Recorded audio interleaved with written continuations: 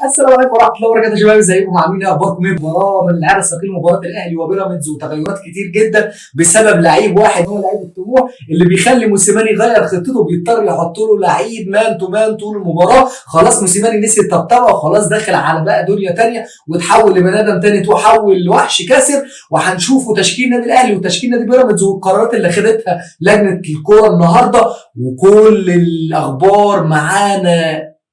تابعونا. الناس اللي لسه ما عملتش لايك وسبسكرايب، عندك اللايك وسبسكرايب واديله كومنت وشير، فجر لي الحلقه يا معلم.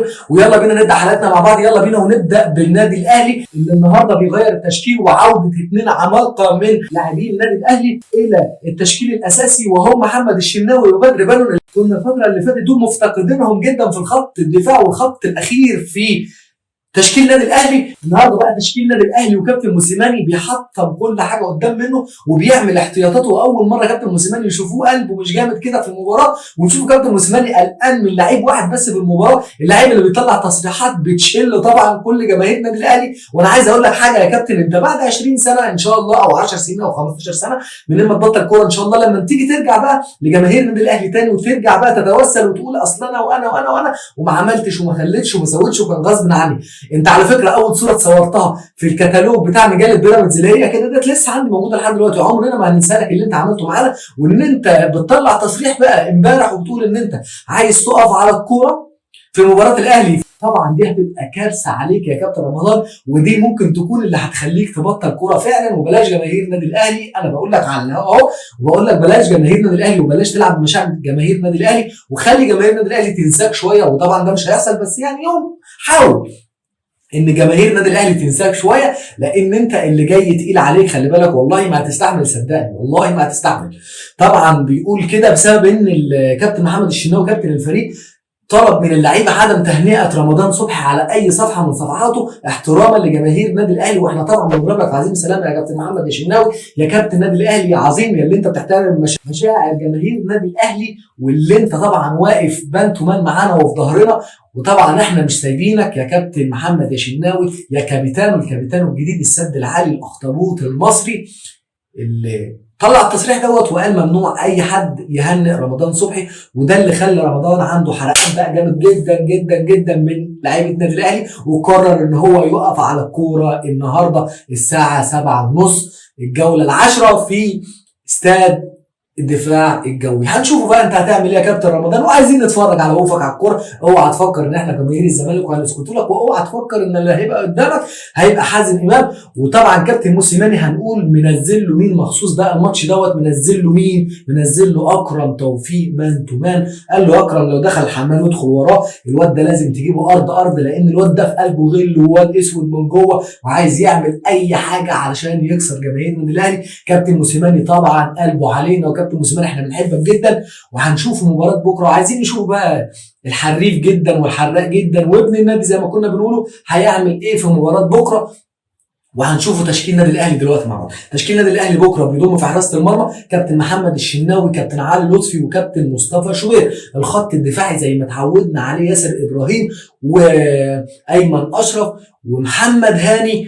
وطبعا بنقول لبدر بنون الف حمد لله على السلامه يا سلطان يا كبير، وعلي معلول وسعد سمير واحمد رمضان بيكهام. متوسط ميدان النادي الاهلي بكره ان شاء الله هيبقى مين بقى؟ عمرو السوليه كابيتانو رقم 2، واليو ديانج الدبابه الماليه، الراجل اللي حبه في قلبنا كل يوم بيزيد، حمدي فتحي صاحب التاكلينج العظيم العملاق، حسين الشحات الحريف قوي الحراق قوي اللي بيحط على اي خصم قدام منه. وعايزين نتفرج بكره يا حسين يا شحات على متعه كره القدم. عايزين كوره كده ايه نرجعهم زي ماتش الوداد المغربي. عايزين نتفرجوا عليك بقى يا كابتن حسين شحات، وتقدم لنا نفسك قبل مباريات كاس العالم اللي هتبقى يوم 4/2 القادم ان شاء الله باذن الله. وعايزين نشوف حسين الشحات بتاع الهلال الاماراتي وازاي هيمتعنا في الملعب، ودي احسن فرصه ليك يا كابتن حسين يا شحات. ومع الفريق ده بالذات هيبقى غلاوتك في قلبنا هتزيد اكتر واكتر واكتر من كده.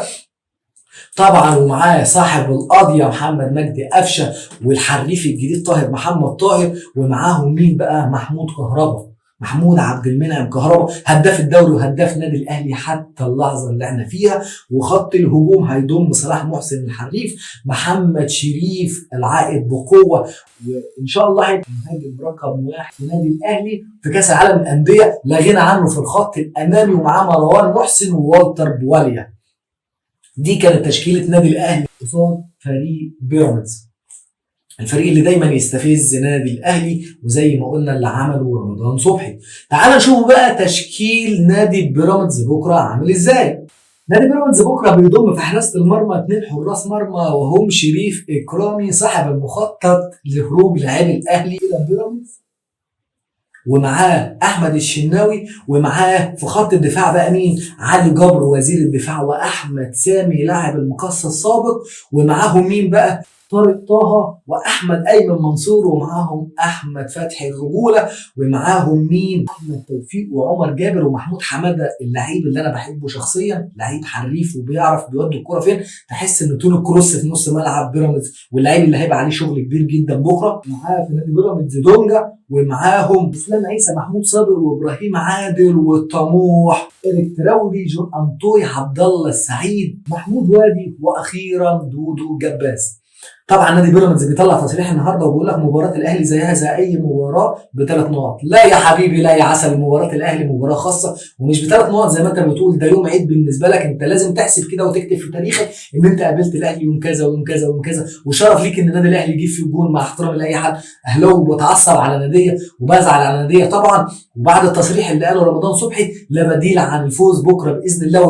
ولو كان الكلام ده اشاعه كان المفروض كابتن رمضان طلع ونفى الكلام ده حتى بالكتاب، حتى ببوست يا اخي اطلع وقول ما حصلش الكلام دوت. لكن رمضان صبحي فرحان وبيحب الشو، بيحب الشهره، ومن ايام ما كان في نادي الاهلي هو بيحب الشو كده وبيحب الكتالوجات وبيحب الشغل دوت. بس المره دي جايه معاك بغلط يا رمضان. اجتماع لجنه الكوره النهارده قالوا 3 قرارات. القرار الاول ان اي نادي يحق له يضم 5 اجانب، يعني 5 اجانب يكونوا معاه في المباراه يبدا بيهم اي مباراه. القرار الاول. القرار الثاني، منذ مده كبيره جدا جدا من ايام تقريبا لما كان حرس الحدود كان عنده حارس مرمى الكاميروني، ما شفناش حارس مرمى اجنبي، واللي كان منع اتحاد الكوره ومنع اي نادي يجيب حارس مرمى يجيب حارس مرمى اجنبي.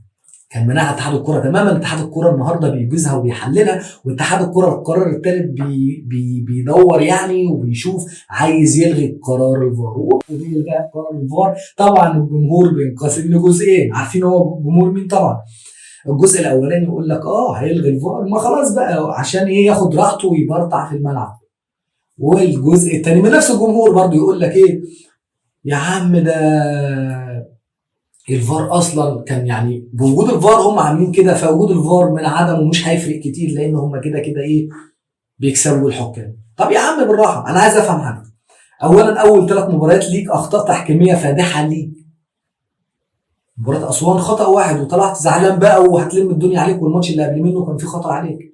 عادي، ما هي المباريات كده. ماتش طلع الجيش كنت بتحبي على الكوره فعادي يعني. بص يعني انا عايز افهم الجمهور حاجه بس، ان انت زي ما عليك اخطاء تحكيميه ليك اخطاء تحكيميه، ومش مفيش اي داعي اصلا ان انت تتكلم وحياتك كلها بتتكلم عن حاجه واحده بس وهي الاخطاء التحكيميه وان انت مظلوم تحكيميا طب انت رحت افريقيا، مين اللي هزمك في افريقيا؟ وتحكيم ايه اللي ظلمك في افريقيا؟ لا اصل انا استحوذت. انت كل مره عندك حجه. ما علينا، نركز في مباراه بكره ان شاء الله. وبنقول لكابتن موسيماني جنب قلبك كده كابتن موسيماني، وعايزين نتفرجوا على استعراض هايل لان نادي الدحيل نازل نح في الفرق اللي هناك، ولسه فاقع نادي الاهلي القطري 6-0. مباراه كبيره وما تطمنش. نادي بايرن ميونخ غلب نادي شالكه 4-0. يعني ضخامه هجوميه، يعني يا تاكلهم يا يتغدوا بيك بصراحه. يعني هنتبهدل جدا، هنتبهدل جدا. لازم يا جماعه نبقى على قد المسؤوليه. لازم نتفرج بكره على مباريات النادي الاهلي ونعمله بقى كذا بروفا كده قبل مباريات كاس العالم للانديه عشان نقدمه نفسنا بطريقه خاصه. طبعا كابتن موسيماني بيطلع تصريح النهارده وبيقول لك شرف ليا ان انا لاعب بايرن ميونخ وهنقدمه مباراه تليق باسم القاره السمراء. طبعا حاجه جميله يا كابتن موسيماني، وحاجه اجمل ان انت بتدرب النادي الاهلي وان انت قلبك بقى جامد عشان بتدرب النادي الاهلي، وهنتفرجوا باذن الله رب العالمين على مباريات عالميه معاك باذن الله باذن الله.